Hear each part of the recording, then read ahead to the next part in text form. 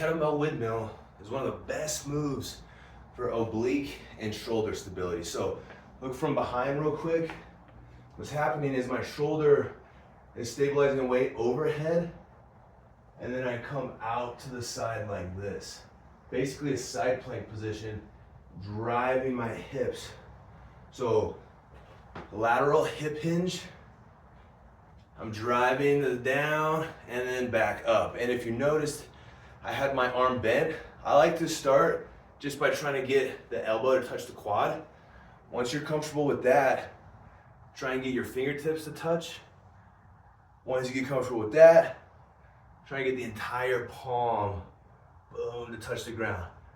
Even without weight, the windmill is a great move to just stretch, open the side, the low back, as well as strengthen those obliques.